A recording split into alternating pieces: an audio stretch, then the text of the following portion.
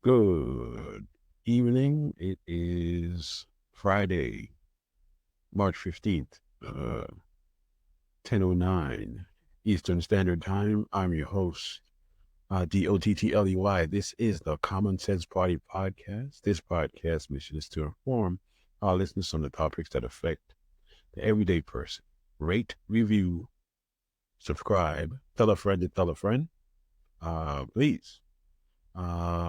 We're available on wherever you get your podcasts. Please give us 5 stars, give us 4 stars, give us 3 stars, give us 2 stars. Even give us 1. If you don't give us any stars, I'll just assume we're doing it properly. We're available on Spotify, Amazon Music, Samsung Podcast, Pandora, Google Podcast.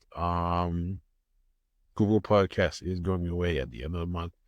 You go to YouTube Music, iTunes Radio, and announcing we will be on Apple Podcast in the month of April.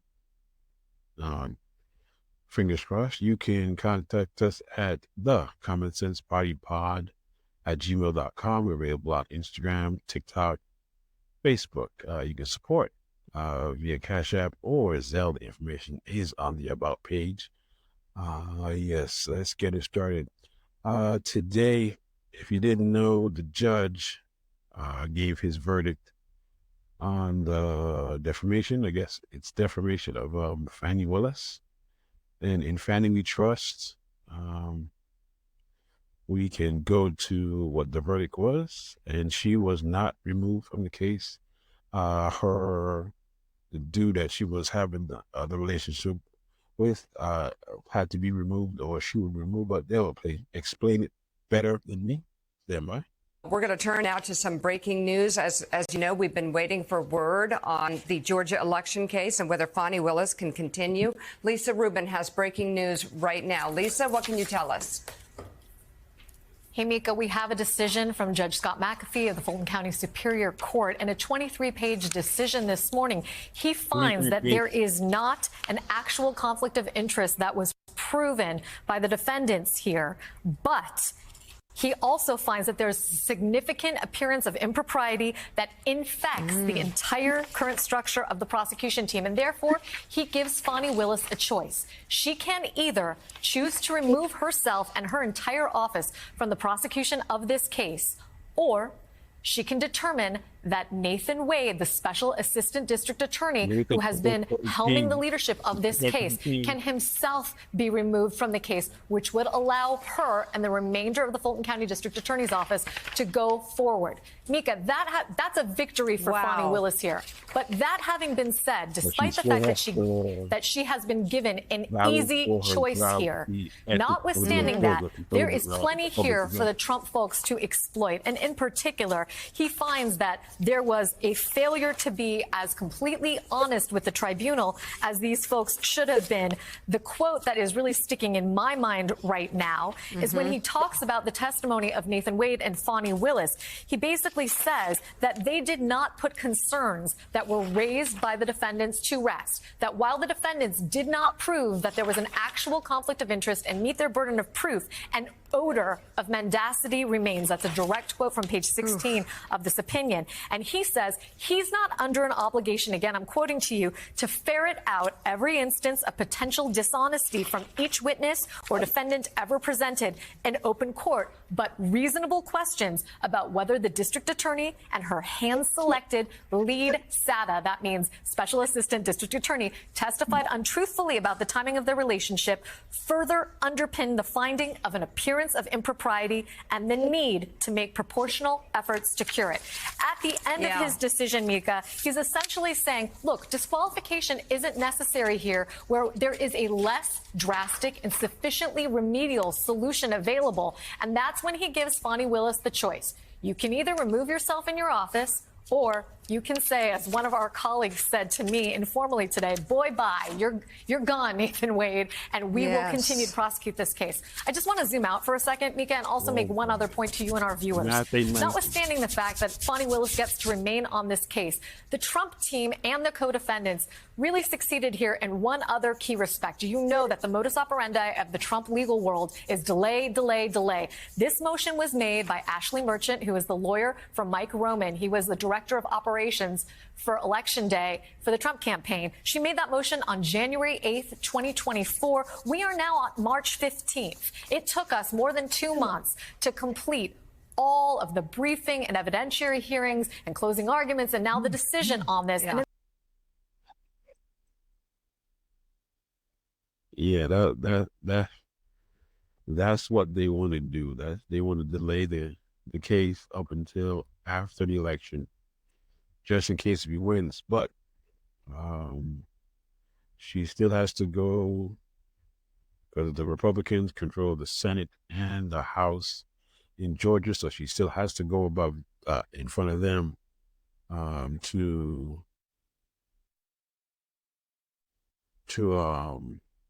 I guess the ethics review. People saying that she did improper. I think she didn't. She paid him back. She paid him back for whatever it wasn't. She was just having sex with someone she hired. That's all it was. It was if it was a man, he would probably got fired. But hopefully she keeps her job. I doubt it, because they're going to push to have the ethics review in by the House and the state and have her removed as the district attorney, because they're trying to play the long game about Trump and his one of his cases, because this is just one. And and Nathan Wade took one for the team, because if he didn't remove himself, she would have been removed from the entire office would have been removed from the case, and he would probably been fired anyway. So I think this is a stand in the eye for Miss Willis because of a personal decision, but she's still a good lawyer, and hopefully she still keeps her post. Let's hear what TYT is saying. Special Prosecutor Nathan Wade has announced his resignation from the Donald Trump Fulton County election subversion case. We're going to get into the events that led to this and the criticism from the judge of the AG in a little bit. But first, we do want to show you the letter that was sent to Fanni Willis announcing that he'd be resigning. You can see it there, and we'll read just a little bit of what he said in announcing it. I am offering my resignation in the interest of democracy and dedication to the American public, and to move the case forward as quickly as possible. Now, Nathan Wade taking himself off of this case, resigning, means that Fanni Willis will go forward in the case. A new lead prosecutor will need to either be hired or appointed from within her team of lawyers. And so that's how they're responding to the developments that we will go into great detail on. We also wanted to give you the response of the main target of this investigation, Donald Trump, facing a half dozen counts in regards to his attempt to overturn the results of that election. He talked about Nathan Wade resigning by saying this: the Fanni Willis lover, Mr. Nathan Wade Esquire, nice of him to give him the title, has just resigned in disgrace as per his and her reading of the judge's order today. Nathan was the special, in more ways than one, prosecutor engaged by Fanni, pronounced Fanni Willis, I guess. Why is he clarifying that? We'll get into it. There are reasons. They're racist. To persecute Trump for crooked Joe Biden is DO injustice for purposes of election interference and living the life of the rich and famous. What is going on with him today? This is the equivalent of deranged Jack Smith getting canned. Big stuff. Something which should happen in the not too distant future. Okay, so he's the lover, and he was special in more ways than one, or whatever. It's a former president of the United States. And he's talking about how her name is pronounced. And it's not lost on me that Alina Habba also had weird things to say about the pronunciation of her name on the news earlier this week. And they're prosecuting him for election interference and for living the life of the rich and famous. Like, you didn't call Brad Raffensperger and try to get him to make up 11,000 votes because you were living large or had a nice mansion. What are you talking about? So, look, I honestly don't know. They're somewhat rhetorical questions. Cenk, what do you think about this development and Trump's reaction? Yeah. So first of all, the more important stuff is what actually happened in regards to the case. And yeah, I agree with the judge on all counts. Fanni Willis took a ridiculous risk in doing this. And he even questioned whether, you should believe her. But overall, the case goes on. That's the most important thing, because the case has nothing to do with the relationship of Willis and Wade. That's a different problem, in my opinion, for the people of Fulton County to deal with, directing some public money towards a boyfriend, if that's what happened, etc. But in terms of whether that affects whether Donald Trump did it or not, that doesn't affect the case at all. And the judge said it, the case goes on, it doesn't affect it. Wade's got to go, he does, etc. In terms of Trump's reaction, I mean, the buffoon's gonna buffoon, right? So that he was always gonna say something stupid. And if he's trying to make Fanni sound like phony, why not just write phony instead of F-A-U-N-I? I don't, who knows what's going on inside his very empty mind. I mainly picture a game of Pong, where his one brain cell keeps bouncing from ba-ding, ba-ding, ba-ding. Those are like sound effects he makes. Yeah, that's right. Bing bong. And so, and he says it's gonna happen to Jack Smith next. No, it's not. He's just making stuff up. He's never said anything true in his life. So his reaction is the usual juvenile stuff. I'm not surprised by that. But mainly, I don't really care what happens to Fanni Willis and her career. Who knows what's gonna happen from here? I can speculate later. What I care about is the case, and the case survives. Other than the counts that were dismissed, we can get into that too. But Mondale, I'm curious what you think. A lot of mainstream media don't give you honest news. We do. You know why? Because of you. Paid membership on. Yeah. Again, like I said, she's gonna go up against an ethics board. That point right there, Jake, like the fact that the case is still on, Trump is still on trial for trying to steal an election, right? And he's talking about disgrace and all of the things he had to say about the attorney that stepped down, her lover. It's hilarious to me that he finds this disgraceful, but not him trying to steal an election that he lost. Not that he has been, found liable for rape. That's not disgraceful. And what this judge did do was give too much wind, 2 months, too long for emotion that he didn't believe was grounded in reality or facts, right? So the problem is when he talked about the appearance of impropriety or appearance of anything, it just gives wind to the Trump argument. And I think all of those people, because if we really cared about appearance, then Trump would not be the Republican nominee. So they don't care about appearance. And the same people that was praising this judge for dropping 3 charges this day today in history, they began to talk trash about him and call him a leftist and said he was a plant, et cetera, et cetera, et cetera, because of the appearance is the only reason. The judge himself said there was no conflict of interest that prevented this case from happening in this county by this DA.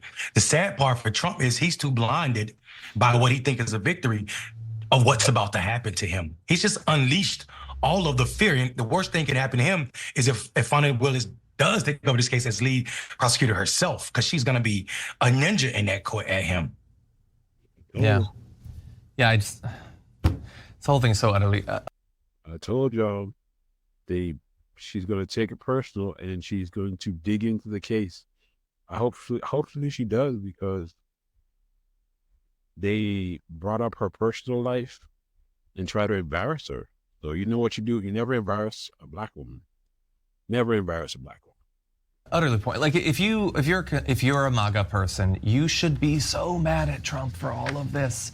I don't mean because he tried to overturn the results of an election. I know that you don't care about democracy or whatever, but that he did all of this so pointlessly. Like think about all of the different legal challenges that he's facing, the criminal cases that are coming forward. Like he has this Georgia case.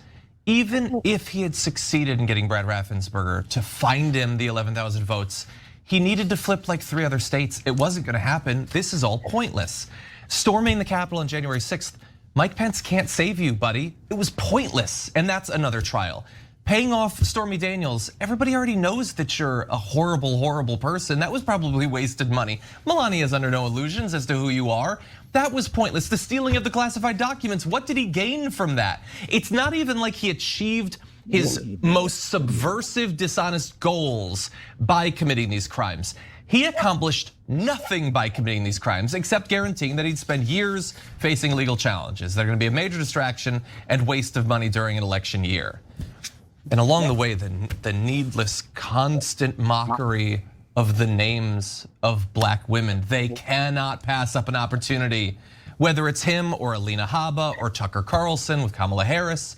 Like, I love that they continually complain about being called racist, and they're not even satisfied to just have the massive wide-scale systemic racism that they've baked into our country and our economy. They have to have the petty little conversational bigotry too. Utterly stupid. Yeah, like I said, if she becomes the lead prosecutor, hopefully she does, and yeah, hopefully she does become the lead prosecutor and digs into the case, and she takes it personal and rips a new one. We're gonna listen to, well, I'll probably just do a little bit of this one because it's rinse and repeat, because they're gonna probably say the same thing. This is Midas Touch.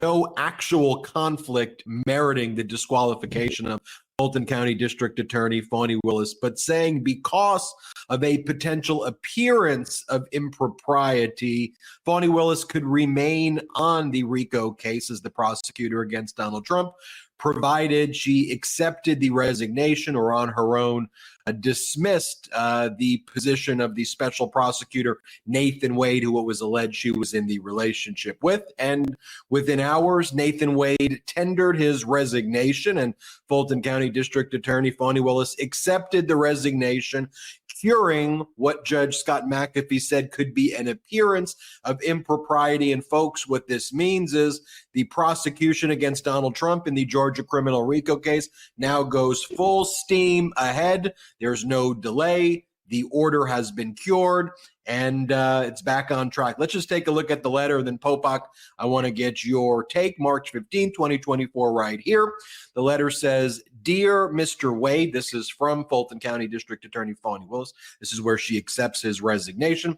"I received your resignation letter dated March 15, 2024, and I accept it. Effective immediately, I compliment you for the professionalism and dignity you have shown over the last 865 days. As you have endured threats against you and your family, as well as unjustified attacks in the media and in court on your reputation as a lawyer.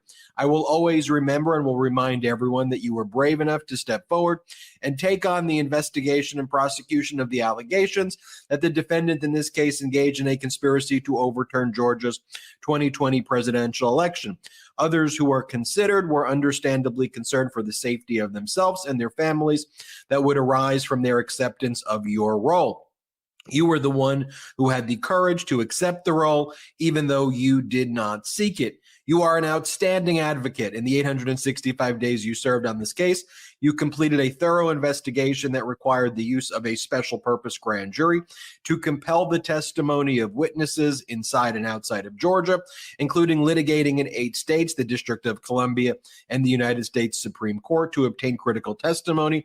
You led a team that secured a true bill of indictment against 19 individuals who are accused of violating Georgia law to undermine the 2020 election for the former president of the United States. You have successfully litigated in the United States District Court and the United States Court of Appeals for the 11th Circuit to ensure that Fulton County citizens will be the jurors who decide justice in this case. Please accept my sincere gratitude on behalf of the citizens of Fulton County, Georgia, for your patriotism, courage, and dedication to justice. I wish you the best in your future endeavors. Signed, yours in service, Fanni T. Willis, District Attorney. Michael Popak, your response. Fanni Willis was put on the horns of a dilemma by the judge. We knew what she would do. She had no other choice. She's the elected constitutional officer and prosecutor for Fulton County, Georgia. People put her in that position in order to prosecute cases, not to have extracurricular relationships with their prosecutors. And she had no choice. She's up for re-election in November. She'll be down ballot from Donald Trump. She's already drawn a Trump-selected opposition candidate against her, who's using what happened in the courtroom in her campaign literature.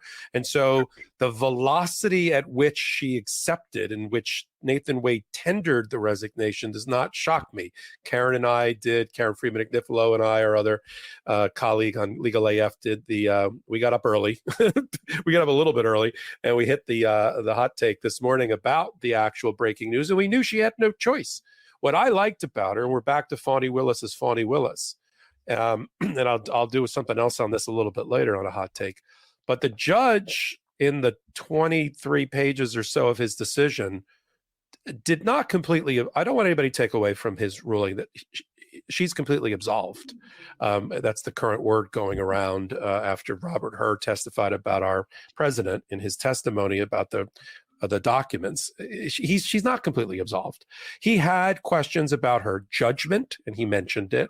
He had questions about a little bit about her truth telling, although he felt like the case wasn't made by the defense to take her off the case. And he used the appearance of impropriety, which you and I talked about, and I knew was coming because Judge McBurney, who he obviously values as a former chief judge of that division, had also removed her for an appearance of impropriety problem. And so he's moving towards a gag order on Fanni Willis. That is going to be the taking her out, not taking her out of her position as prosecutor, but giving her a little bit of a public censure and reprimand. He invited the other side, the defense, to file a motion to gag her ability to speak outside of the courtroom about the case, because he doesn't like some of the things that she's done, like give the church speech on Martin Luther King Jr. weekend. But she's not gagged yet. And in this letter, which could have literally been one line apiece, Nathan Wade could have written one line. We don't know yet what Nathan Wade wrote because we haven't seen it. But Nathan Wade could have written, "I hereby resign, tender my resignation as a blah, blah, blah." And she could have just published a letter that said, "I hereby accept your resignation." And that's all that Judge McAfee required. But for 2 more pages, Fanni Willis decided, I'm not gagged yet. I'm going to get my licks in, and I'm going to not only defend the professionalism of Nathan Wade, who the judge also questioned time and time again in that order. You don't use the phrase, there's an air of mendacity. I need to open a window and get rid of it, meaning an air of lying in this case. And he was looking at, in his order, he was looking at Nathan Wade along with some other witnesses. So she wanted to rehabilitate Nathan Wade, which you read out loud, and she did. She wanted to compliment him as a friend and otherwise. She wanted to she didn't go directly against the judge, but she made a couple of statements in there that are retorts to the judge's comments about her. She may not have many more opportunities to do that, Ben, but she took it in their 2 pages and signed it as she always does. How did she sign that letter? She signed it right here. It says, "Yours in service." That's how, when Fanni Willis writes on her letterhead, it's always "yours in service." And I give her a lot of compliments, and you and I probably would have done the same thing. But that is a powerful letter, but it's also a rejoinder to the judge in the order that just came out this morning. I want to take a look also. We have the letter from Nathan Wade as well. Let me tell you what that says right here. It says, "Dear District Attorney Willis, the furtherance of is a true and just dedication to the American case, seeking us in the pursuit of justice." That's I do too. Look, I don't think they were on the phone and saying, no. You write this and I write this. I mean, when you work together, I think there's a general sentiment of, please submit, you could say it in a way, please submit your letter of resignation, and you should feel free to put in there how you feel. You can be candid, consistent with the court's order, and my response, consistent with the court's order, will also praise the work that you did. You can say it like that, and then I quote it. It was a call and response, and it was appropriate. I'm not claiming by asking you that question there was anything inappropriate about it, but it's not. It was a coordinated, appropriate response to it. But again, all she had to do was a one line. These could have been 2 lines, but they purposefully were not, and I give them a lot of credit for that. Yeah, it's the same thing when any leader in office requests the resignation of somebody, and it's done in a way that preserves reputation and comments on the circumstances. And so there you have kind of an update right there. I'm sure this isn't the last we will hear from Donald Trump, his lawyers, and the co-defendants' lawyers, who are going to grasp at any straw to try to derail this thing. But look, I think Judge McAfee reached the right outcome here. And we'll keep you posted, of course, with all of the updates. Make sure you subscribe to the... Okay. That is what we had on Fanni Willis. Again, she is going to go up against, I guess, an ethics committee in the state house because she's an elected official. And again, it's controlled by Republicans. The House and the Senate is controlled by Republicans in the state of Georgia. So they might kick her off before the election. They might give her bad reviews, but hopefully we the people of Georgia will reinstate her. She just made one mistake. Even though people make mistakes in the dating pool, as we see on YouTube, the dating pool is horrible. So get along, we fit in. So hopefully we vote her back in November. All right. Yes, it's a rematch between Biden and Trump. And come to tell you, I think I am nervous because of the dumb nonsense I hear people say about they're gonna vote. They are unenthused about Biden, but man did his job. We're not even in a recession. Trump left us in a recession when he left in 2020. Yeah, in 2020, we're out. We were out 3 years. 3 years, not even 3, 2.5 years in, we're out of a recession. So let's see what the Wall Street Journal is saying about this rematch. President Biden and former President Donald Trump is happening. We're effectively in a general election now. That's just unprecedented in a lot of ways. There's just so many unknowns. While Biden faces obstacles like concerns about his age and declining approval ratings, Trump is juggling a set of challenges that no presidential candidates have ever confronted. Here's a look at those challenges and how Trump will try to turn them into opportunities. The 2024 election is gearing up to be a face-off between the oldest nominees in history. And it's going to be the first presidential rematch in the U.S. since 1956, when President Dwight Eisenhower faced and defeated Adlai Stevenson for the second time. The result was never in doubt. It was a landslide for the Eisenhower-Nixon ticket. We know from polling and just talking to voters around the country that people are really kind of weary about the notion of a Trump-Biden matchup, but that's what we're going to have. It's going to be all-consuming, I think, for the American public. The race is now an endurance challenge for both candidates after Trump easily beat out his Republican rivals, including Ron DeSantis and Nikki Haley. Donald Trump's strength really shows how much of a hold he has on the party's base, the core voters. They are willing to swing with his different positions on issues that aren't always aligned with a certain feeling that's been long baked into the Republican Party. He didn't dabble much or tangle much with his rivals. Trump never got on the debate stage with his rivals. He felt he didn't have to. Why should he? We don't know his positions, for example, on some of the key foreign policy matters, like the war in the Middle East. So it's sort of kept him out of the scrutiny of political discourse. So it worked out well for him. Trump's 2024 started off pretty busy, from campaign events to court hearings. I'm going to have to sit here for months on a trial. And sometimes those two things lined up on back-to-back days in very different locations. On February 14th, Trump spoke at a campaign rally in North Charleston, South Carolina.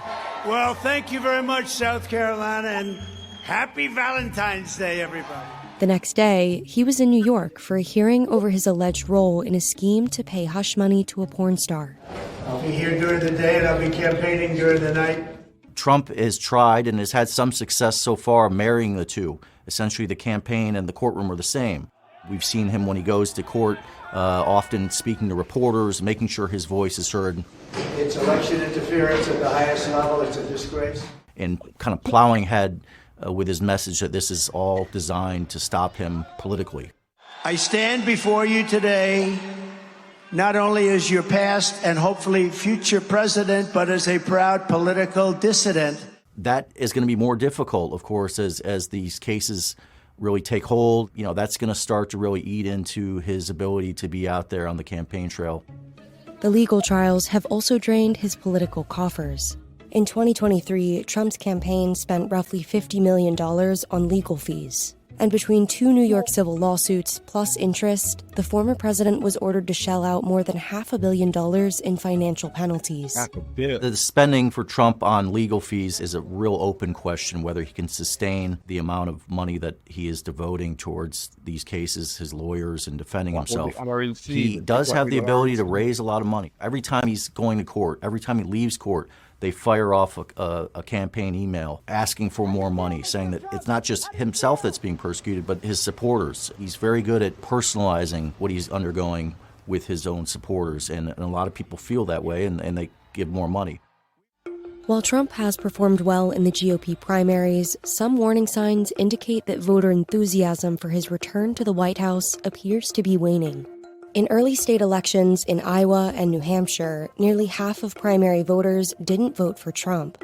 And when asked how they would feel if he became the nominee, many of the non-Trump voters in New Hampshire said they'd be so dissatisfied that they wouldn't vote for him in the general election.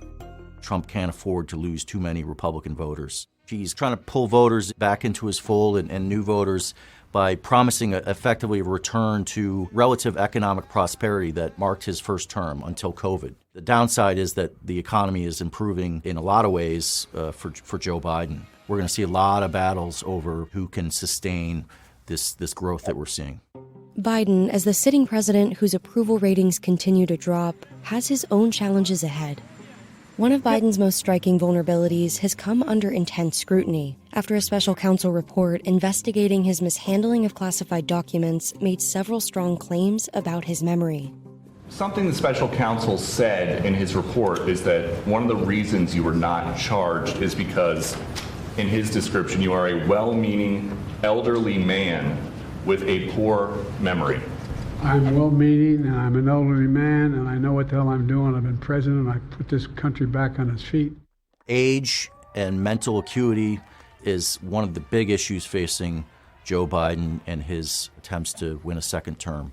We see it poll after poll that Americans, Democrats, Republicans, Independents, think he is too old. It's why we've seen such an aggressive attempt by the White House and Democrats to sort of frame it in different ways. I'm absolutely confident, based on his incredible record of success for the country, that he is the right person to lead the country for another 4 years.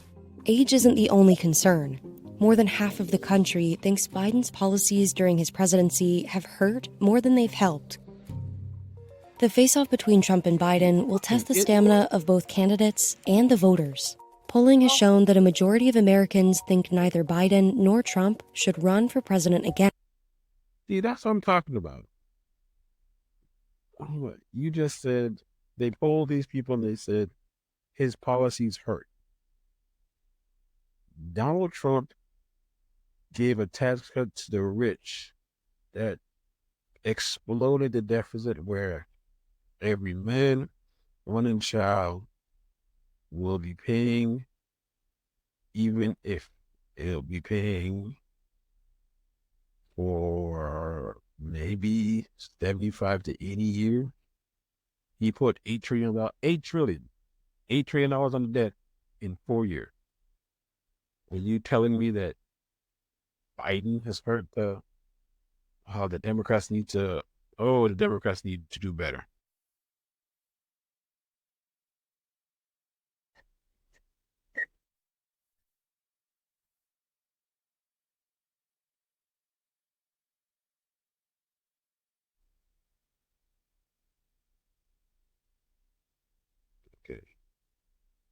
Okay, let me start my speech out.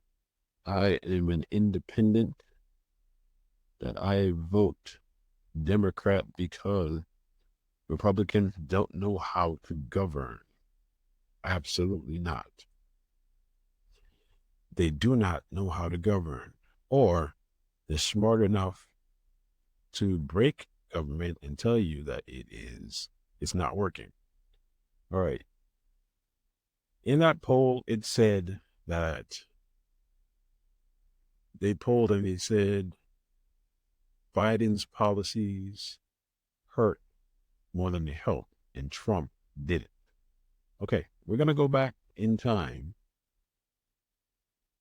when this dude started a trade war. And let's see what happened.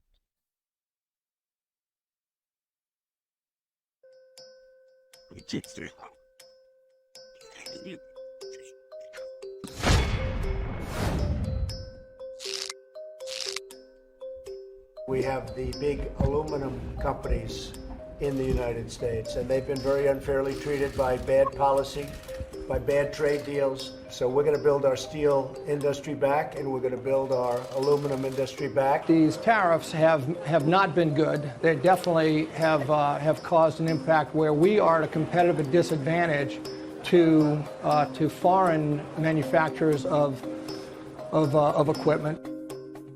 The motherfucker don't know what a tariff is. If you talked to farmers a few weeks ago, they would have said, we are behind the president, we are behind these policies, we understand the Section 301 challenges that our country needs to stand up for. And that's very different today because there's a huge hole. I mean, if somebody were to lose 20% of their income, that hurts. I don't care what segment of industry you're in, that hurts, and farmers are feeling that right now. We saw an immediate impact. You know, we buy some of our rail from Japan. It's got chemical structure and length that we don't get in the U.S. We actually pay a premium for that rail. And the first boat post the 25% steel tariffs cost us $6 million more. Metal right now between stainless steel and aluminized metal has increased significantly. The 25% tariff that come into play really has upped our cost of manufacturing about 39%. It's extremely difficult for us to make sure that we remain competitive with the products that are coming in from overseas as a finished goods. And in those cases, there is no tariff on those. If we were to put in the price increase that we needed, the end user would end up paying anywhere between $800 and $1,000 more for the product just due to the tariffs. Okay. The tariff issue is not good for anybody, and we are feeling a bit of that already. We try to swat that away, but you can imagine the number of things in our stores that have steel, and that is impacting cost of goods. I would say we're in the neighborhood of 10 to 15% of our business is being impacted by that. The whopping price decline really has been in chickpeas. We've seen almost a 50% decline. If you don't have those markets to go into, or the markets are uncertain about what's going to happen in the future, they tend to look for alternate suppliers just to hedge their bets to make sure that they can cover their needs. Our exports to China each year are pretty close to 10 million hides raw, and probably another 4 in wet blue, which is a semi-processed state. So the 25% tariff on these, returning the goods back to the United States, because in large part that's where they come, would certainly slow the trade. So we would in effect be putting a tariff on an American-originated product. Correct. There is no furniture, leather, tanning, or finishing in the United States anymore. It left. It went offshore. It's gone. It's been gone for almost 20 years. That's why when we got swept up in this mess, we were like, this must be the administration's scorch the earth policy with China, because there's really no real good reason. Would a 25% tariff effectively put you out of business? I don't want to say something like that, but undeniably, there is lurking serious ramifications. The $200 billion round really contains about 80% of our goods. The announcement up to 267 more really covers 100% of what we sell. And being a small to mid-sized business, you talk about disproportionately harming our business. shoot, this really does it. And this trickles down to the consumer, to you. And when you're buying a good that's $100 today, you're going to be paying $125 tomorrow. So that 25% tariff really just passes down to the consumer as a tax at the end of the day. Our biggest fear, frankly, is that the larger businesses that play in our space can absorb some of that 25%. But being a small to mid-sized business, we really don't have that option. We've seen a price increase first on steel that's used in our distinctive metal containers. It's going to cost us into the six figures this year in extra costs because the amount of domestic supply is not enough to meet all of the U.S. demand. So when those tariffs went into effect, they put pressure on other people who may be sourcing internationally. Now they all want that U.S. supply. Silicone, that took effect a few weeks ago. There was a market that was already chaotic due to global supply shortages, due to the economic success worldwide. It's not going to help. So what are you doing in response? Well, one of the things we did was we looked at the chaos and we said we need to stock up. We need to buy material now at a known price instead of waiting for our normal supply chain purchasing times where that price could increase later in the future.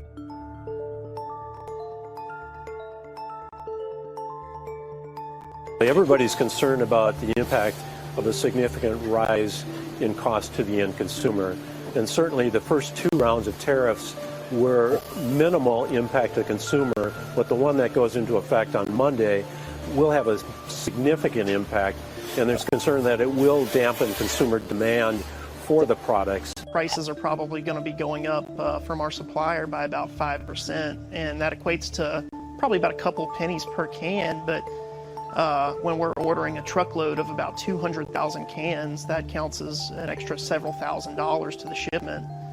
And that's an expense that we really can't pass on anywhere. We have to eat the entire cost because we're trying to maintain a competitive price point in the wholesale market for our product. We're a very small business here. We're producing probably between 1,000 and 1,500 barrels of beer a year right now, which sounds big, but when you talk to somebody like Anheuser-Busch, Miller Coors, the big guys that are producing hundreds of thousands, if not millions of barrels of beer, we just can't meet those economies of scale. We're a big multinational company doing business in many markets against other multinational competitors and local competitors, and free trade ensures a fair playing field and a competitive playing field, so it's something that we support. Having said that, just because of the economics in our industry, we produce most of the products that we sell in the markets in which they're sold. So tariffs, while hitting us, are not a significant factor. They won't hold up our overall progress. China's been taking out of our country $500 billion a year. And it was time to stop. And we're going to have a great relationship with China, but we have to be fair to ourselves. Wow, stupid. Stupid. Difference of 150.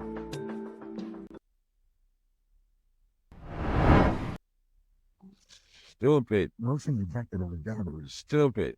Just plain stupid. Look at this.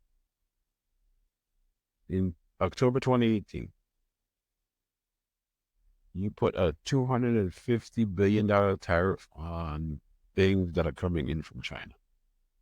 China put $110 billion things coming from the United States. In essence, you're charging yourself goddamn $140 billion for the service. Then the Republican Party is for the small businesses and for small government. And they want him to be president. That's what I don't understand. They want him to be president. What kind of dumb shit is this? Really? Dumb shit. Dumb shit, man. I apologize, but this should make me mad. That willingly blind loyalty to follow someone who bankrupts company. Hasn't changed. Bankrupts company. All right, so this is not a Trump heavy or Republican heavy podcast. Let's see what Biden wants to do with his $1.7 trillion budget. Sorry, $7.3 trillion budget.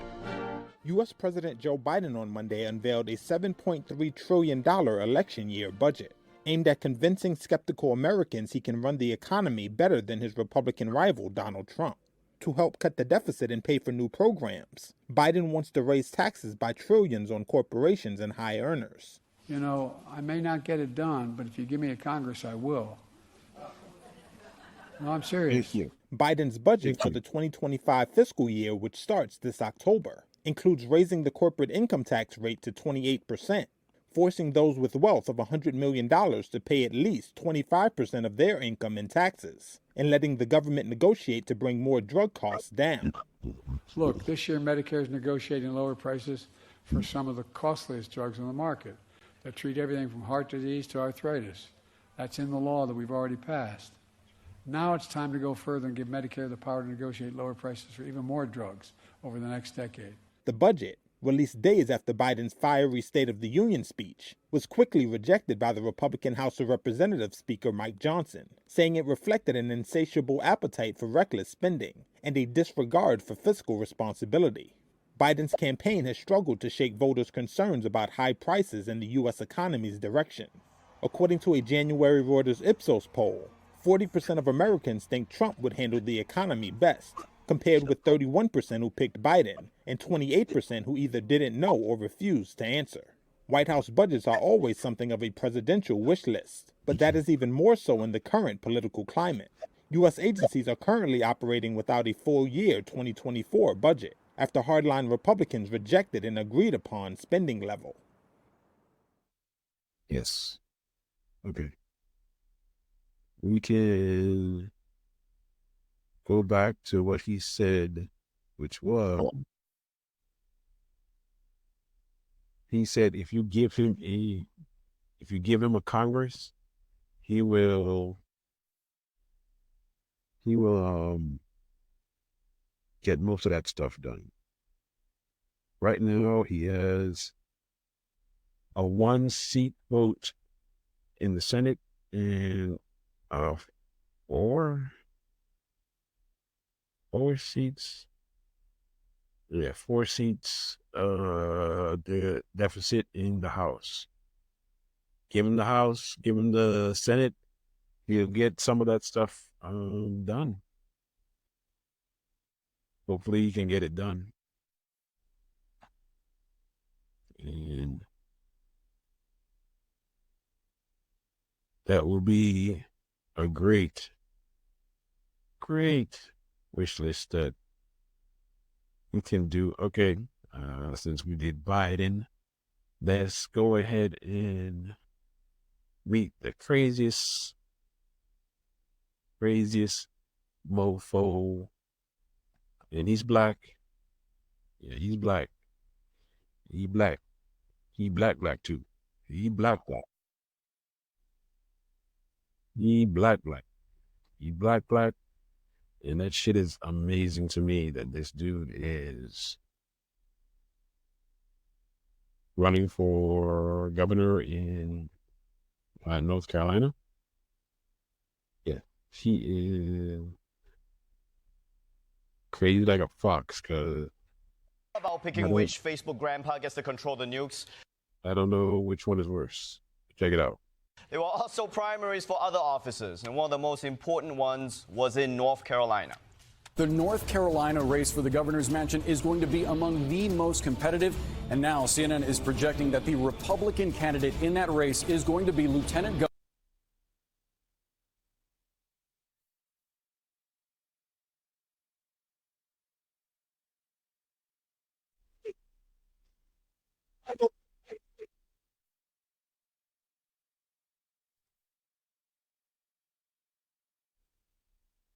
Vote not. Vote blue.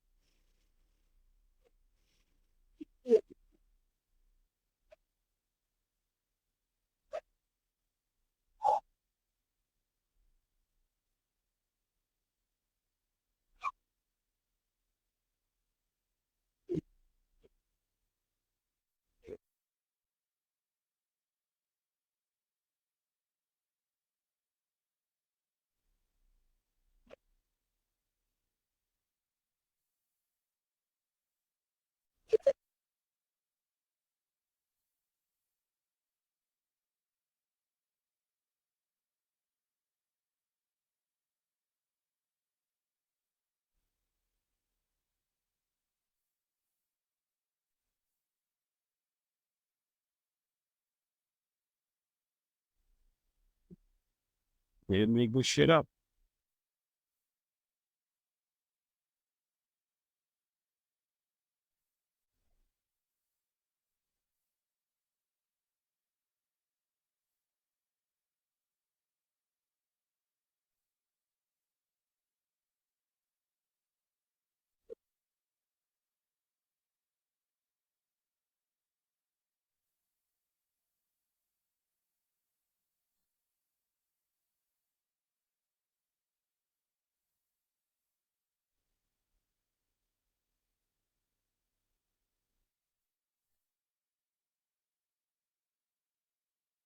Mother, motherfucker. Motherfucker. That motherfucker said. Yes. That motherfucker said that shit. When he said that shit too.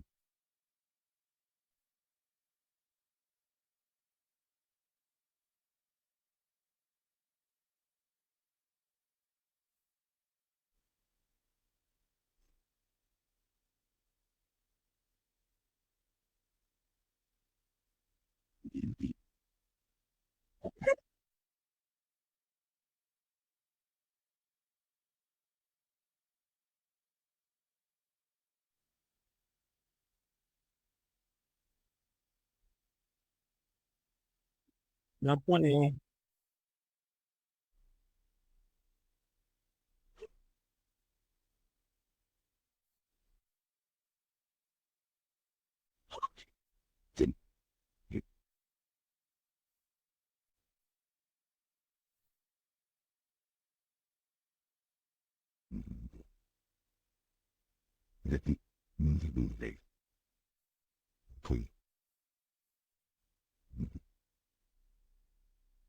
Fuck one.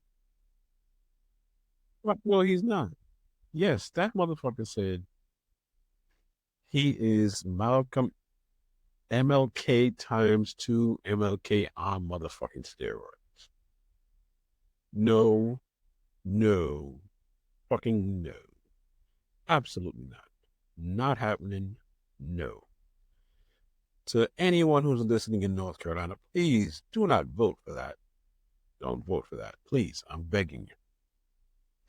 All right. Guess what? Guess who's in the news?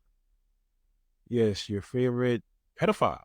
He might not be a pedophile, but yes, Mark Gates has been subpoenaed. Check it out.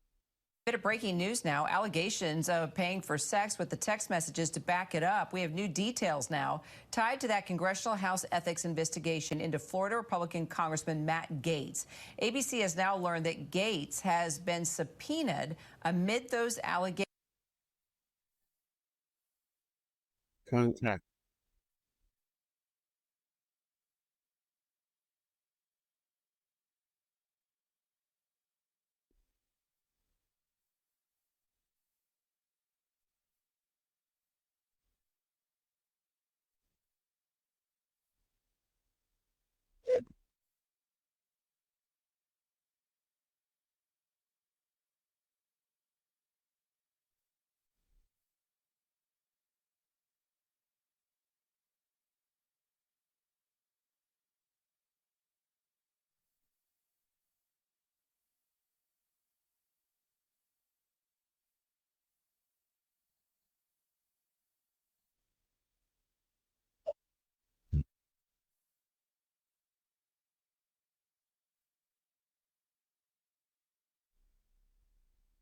Or he's rich daddy of Bible.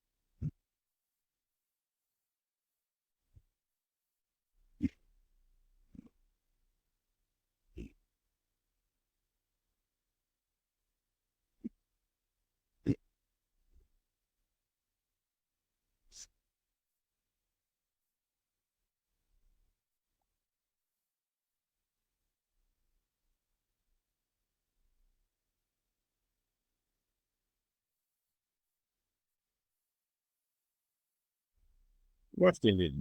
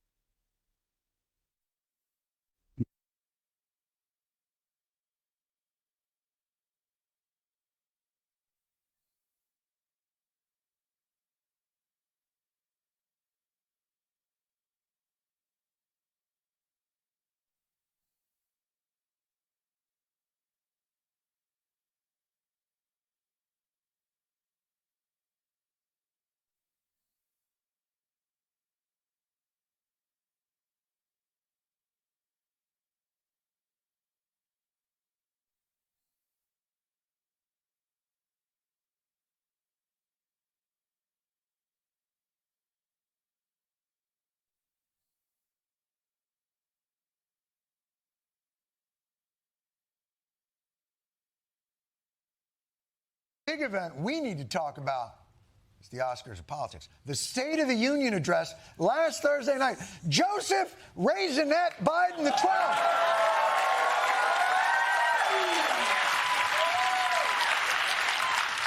He had the unenviable task of having to lay out his vision for the nation whilst also demonstrating that he is not too old, not too tired to be the President of the United States, and that he wouldn't rather just tie thousands of balloons to the White House and head to Paradise Falls.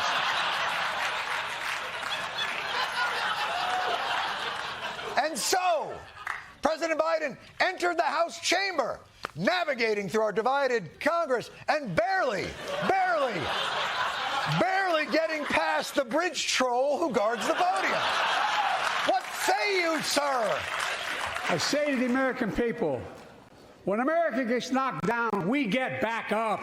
My message to President Putin, who I've known for a long time, is simple. We will not walk away. Banning books, it's wrong. I say stop it. Stop it, stop it, stop it. Pass universal background checks. Send me the border bill now. The state of our union is strong and getting stronger.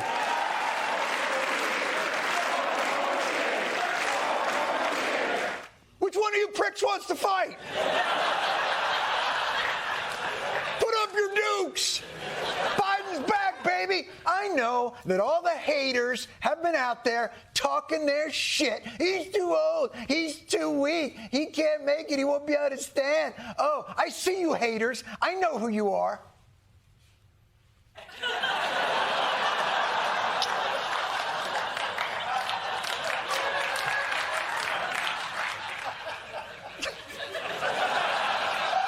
Really? You know, we said in rehearsal, can you get me a prettier mirror? And boy, did they deliver. That is...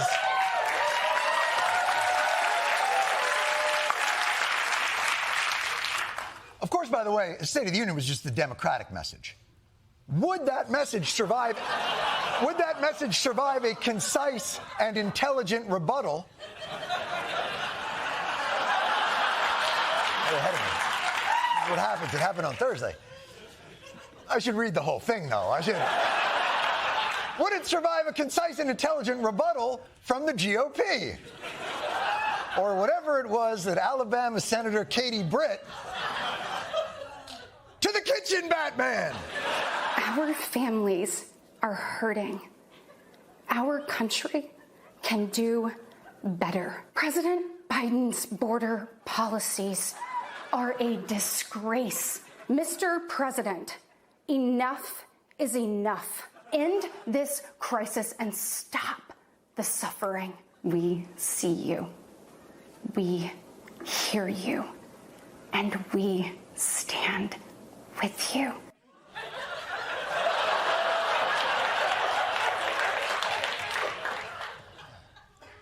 If you're going to stand with me, could you stand a little bit further away?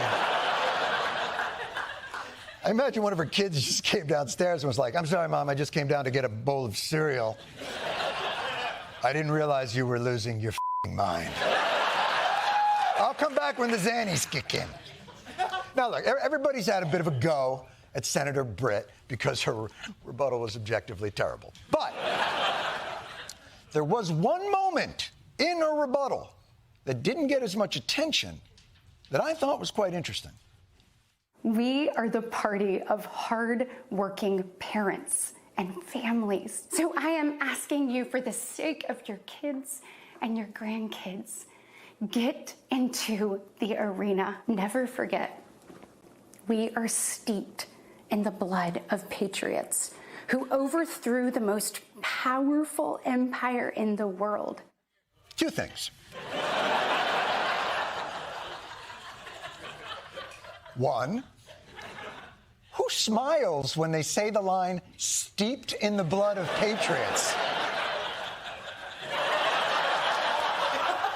And number two, this is just one more entry in the Republican mythology that they are the inheritors of the American revolutionary tradition, that they somehow are more American-y than non-Republican Americans.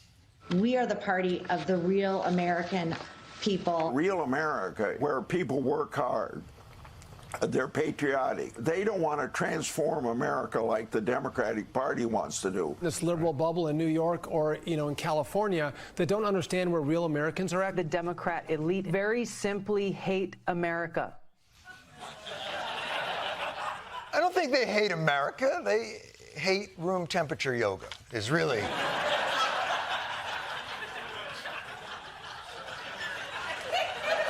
Yoga's supposed to be very hot.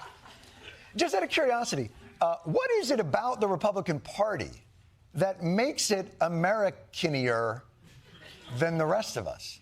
We're the party and ideology of the Constitution. Every decision that I make starts with asking the questions, is this constitutional? I believe in this document. I carry it with me next to my heart because I refer to it daily. As we all know, the Constitution starts with the three most important words outside the Bible: we the people. The power of we the people. We the people. The Constitution. We believe in it. They do not.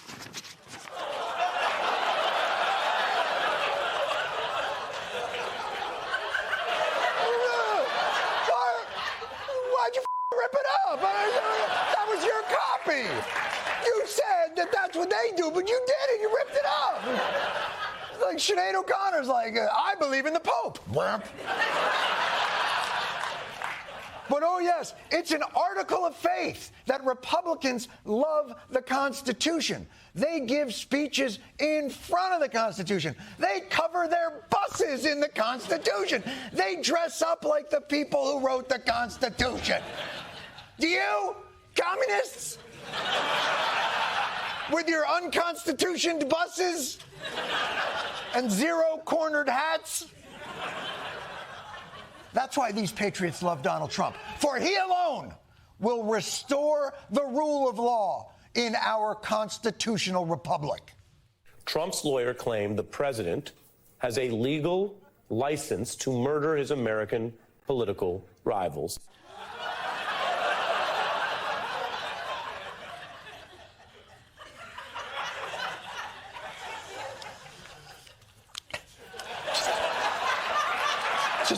Just gonna check mine. Hold on. Just gonna check mine. I actually keep my heart next to my Constitution. That's how important. My hands are shaking. I'm so nervous.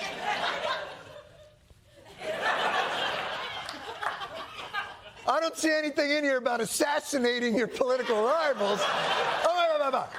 Here it is. Hold on. Yes. It says the president must faithfully execute. Well, I think we're done here. Oh. Sorry.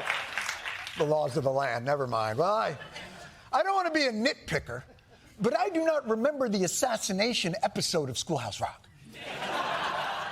Under the Constitution, wouldn't you get in some trouble for that? I feel that as a president, you have to have immunity. Very simple. Yes, it is the bedrock American constitutional principle. The president must be above the law. Out of reach of the law. Look, forget the Constitution. Accountability to the law of the land is basic Magna Carta shit.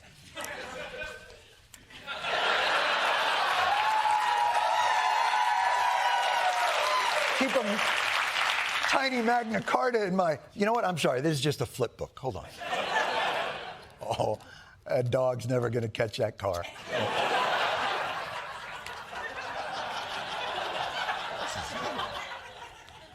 Maybe they like Trump because he's more of a Bill of Rights guy. President Trump attacking the First Amendment and freedom of the press.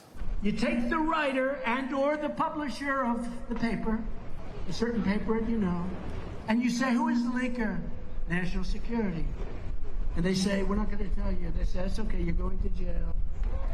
And when this person realizes that he is going to be the bride of another prisoner very shortly.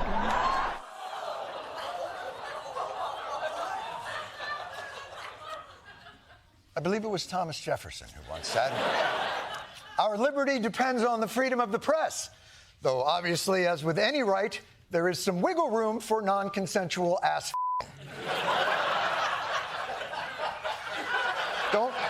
Don't blame me, that's Jefferson. He said that. Thomas Jefferson.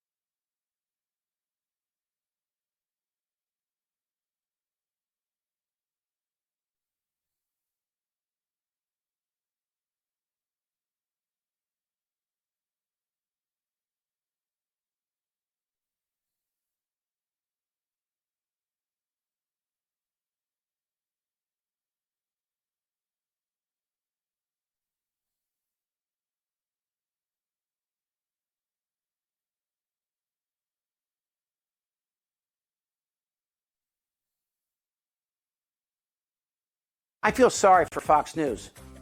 No, I don't. They had a choice: journalism and the pursuit of truth, or join a cult.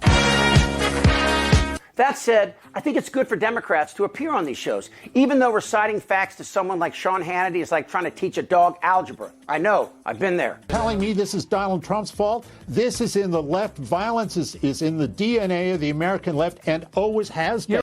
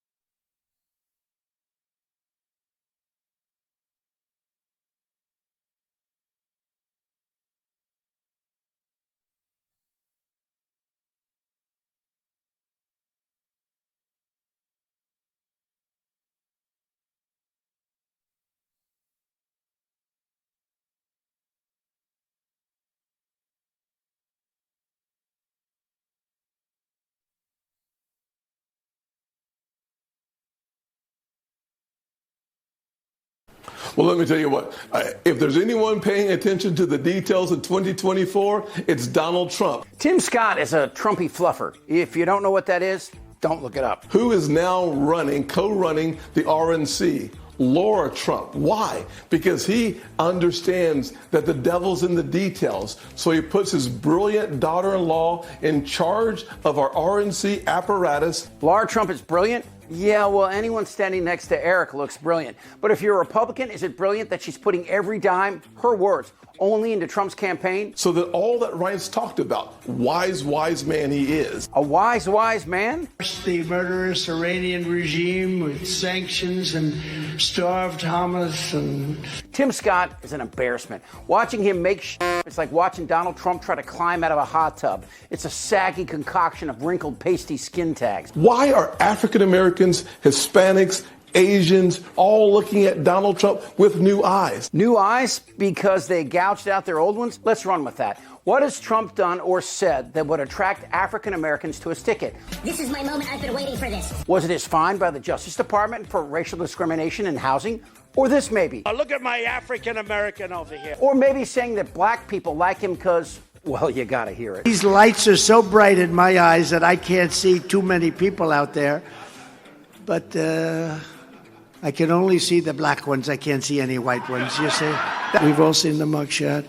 And you know who embraced it more than anybody else? The black population. It's incredible. You see black people walking around with my mugshot. You know, they do shirts and they sell them for $19 a piece. And Hispanics are flocking to Trump? What was it? Was it the kids in cages or calling them drug dealers? And, well, you know. They're bringing crime.